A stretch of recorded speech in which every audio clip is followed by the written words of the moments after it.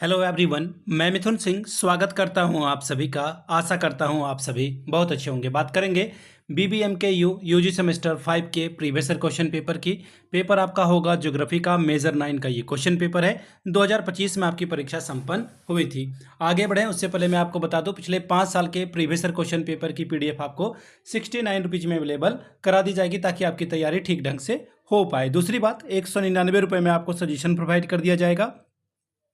अब ये सजेशन क्या होता है? सजेशन यानी कि वेरी वेरी इंपॉर्टेंट क्वेश्चन, ऐसे सवाल जो एग्जामिनेशन में पूछे जा सकते हैं, आंसर के साथ आपको प्रोवाइड कर दिया जाता है। यहाँ से मेरे ईमेल आईडी आप देख लें, yourmithunsinh@gmail.com पे आप मुझे मेल कर सकते हैं। इंस्टा पे अगर आप हो डू फॉलो मी @iMithunSingh, बाकी आप मुझे व्हाट्सअप कर सकते हैं 7979054474 पे। तो चलिए ज्योग्राफी वाले क्वेश्चन पेपर को हम लोग देखते हैं कि किस तरह का सवाल यहाँ पर पूछा गया है। यहाँ से आप देख पाएंगे यूजी ज्योग्राफी का ये पेपर है, मेजर पेपर नंबर 9। 2025 में आपकी परीक्षा हुई थी, समय मिला था 3 आवर्स का, फुल मार्क्स था 75 का। ठीक है जी। अब ग्रुप ए की बात कर लेते हैं। ये कंपलसरी ग्रुप है आपका। पहला क्वेश्चन में 5 छोटे छोटे सवाल हैं और एक एक नंबर आपको हर एक सवाल के लिए मिलेगा। मैच द फॉलोइंग आपको बोला गया है कि एक सेक्टर दिया गया है और इसका एक्टिविटी दिया गया है और आपको मिलाना है कि कौन सा सही होगा। तो देखिए, प्राइमरी सेक्टर किसे कहा जाता है? खेती को। तो यहाँ पे देखिए खेती कहाँ है? मोती की खेती। तो पहले वाले का आंसर हो जाएगा 4 नंबर। ठीक है। सेकेंडरी जो सेक्टर है अपना, वो क्या है? ईंट का निर्माण करना, ब्रिक्स का निर्माण करना, यानी कि ऑप्शन 3 आपका होगा यहाँ पे। टर्सरी सेक्टर जो है वो क्या है? जैसे कि पोस्टल सर्विसेज वगैरह जो आपको यहाँ पे दिख रही है, इसका आंसर हो जाएगा ऑप्शन नंबर 2। अब इसका आंसर 1 हो जाएगा। ये तो खेल हो गया भाई। 4 3 2 1। All right, 4 3 2 1। देखो कहाँ पर है? 4 3 2 1, पहला ही ऑप्शन है। पहला ऑप्शन आपका करेक्ट हो जाएगा। चलिए अगला सवाल, कोलार स्वर्ण क्षेत्र कहाँ पर है? कोलार आपको कहाँ देखने को मिलेगा? कर्नाटका में देखने को मिलेगा। ऑप्शन 4 आपका क्या है? करेक्ट है। जिन्होंने भी टिक किया है बहुत इंटेलिजेंट इंसान है वो। अगला सवाल है, व्हाट इज, एक सेकेंड भाई, या हो सकता है मोबाइल का इस्तेमाल ठीक से किया हो। What is another name for shifting agriculture? स्थानांतरण कृषि का एक अन्य नाम क्या है? इसका आंसर हो जाएगा झूम। झूम खेती। सीटेट, आप तो खैर शायद आप ग्रेजुएशन में हो, आप सीटेट क्या अभी नहीं समझे होगे, या फिर डीएलएड वाले कुछ बच्चे होंगे।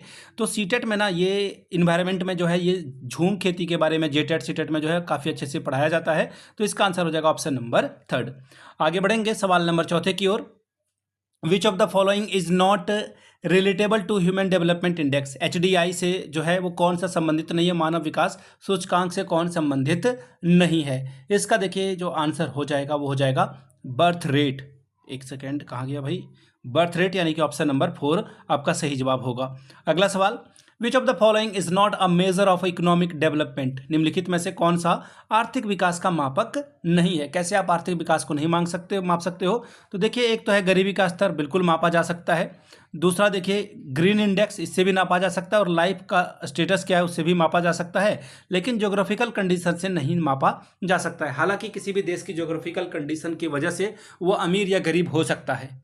समझ रहे हो आप मेरी बात को? जैसे आप चले जाओ मालदीव, वहाँ पे जो है प्रॉब्लम रहेगी हमेशा, और दिन ब दिन वो जो है डूबता जा रहा है। उसी तरह से अगर भारत को देखो तो कोस्टल एरिया बहुत ज़्यादा है, या फिर रसिया को देख लो तो वहाँ पे मिनरल्स, नेचुरल गैस वगैरह बहुत कुछ है। तो ज्योग्राफिकल कंडीशन जो है आर्थिक विकास का जो है मापक हो सकता है, लेकिन अलग कंडीशन में। फिलहाल इसका आंसर ऑप्शन 2 टिक करिए आप। आगे देखिए question number 2, discuss the importance of manufacturing industries in economic growth of India. भारतीय आर्थिक विकास में विनिर्माण उद्योग की महत्ता पर प्रकाश डालें। अगला सवाल देखिए क्या बोला गया है, suggest method to increase agricultural productivity and income of the farmer. कृषि उत्पादन और किसानों की आमदनी बढ़ाने का तरीका बताएं। तीसरा सवाल, what are special economic zones? What is the rational behind creation of a such zone? Discuss. ठीक है, यानी कि विशेष आर्थिक क्षेत्र क्या है, इस प्रकार के आर्थिक क्षेत्र के निर्माण के कारणों की व्याख्या करें। अगला सवाल, what do you understand by agriculture? Discuss its significance. यहाँ पे इट्स नहीं होना चाहिए था, इट्स ऐसे होता है, ये होता है इट इज। ठीक है। चलिए, कृषि से आप क्या समझते हैं, इसकी महत्ता की व्याख्या करें।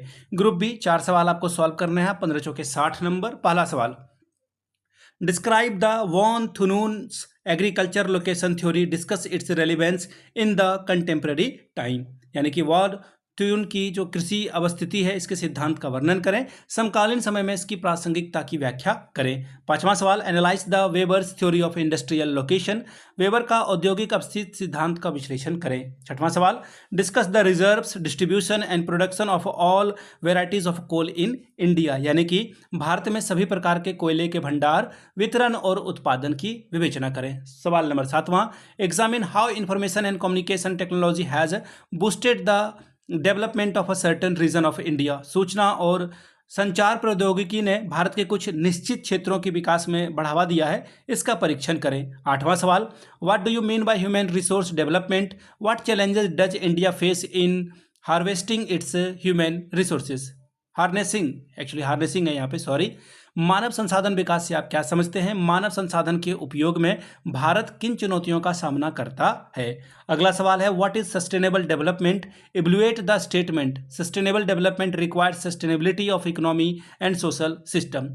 सतत पोषणीय विकास क्या है? सतत पोषणीय विकास आर्थिक और सामाजिक प्रणाली की स्थिरता पर निर्भर करता है। इस कथन का मूल्यांकन करें। तो ये था आपका question paper geography major paper 9। अगर आपको पिछले 5 साल का PYQ चाहिए तो ये आपको जो है 69 में और सजेशन आपको 199 में प्रोवाइड कर दिया जाएगा। यहाँ से मेरी email ID आप देख लें, yourmithunsingh@gmail.com पे आप मुझे मेल कर सकते हैं। इंस्टा पे अगर आप डू फॉलो मी @imithunsingh। बाकी आप मुझे व्हाट्सअप कर सकते हैं 7979054474 पे। वीडियो को आपने यहाँ तक देखा, प्यार दिया, इसके लिए आप सभी का बहुत बहुत शुक्रिया। Have a good day.